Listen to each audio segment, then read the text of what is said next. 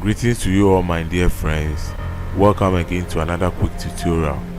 In today's video, we are going to look at how you can create this PC shortcut icon on your desktop. First of all, you need to ensure that your Windows 10 is activated to unlock the Themes option.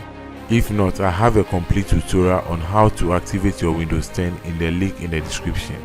So, with all that being said, let's start. First, right click and select Personalize. Click on Themes. Click on Desktop Icon Settings.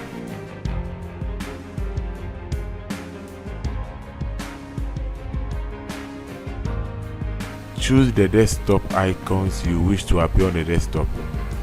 Tick the computer checkbox. Click Apply and OK. Now you can see this PC shortcut on your desktop. Now double click on it and you can see all your hard drives and other informations. I hope this video was helpful. Please don't forget to like, share and subscribe for more captivating videos.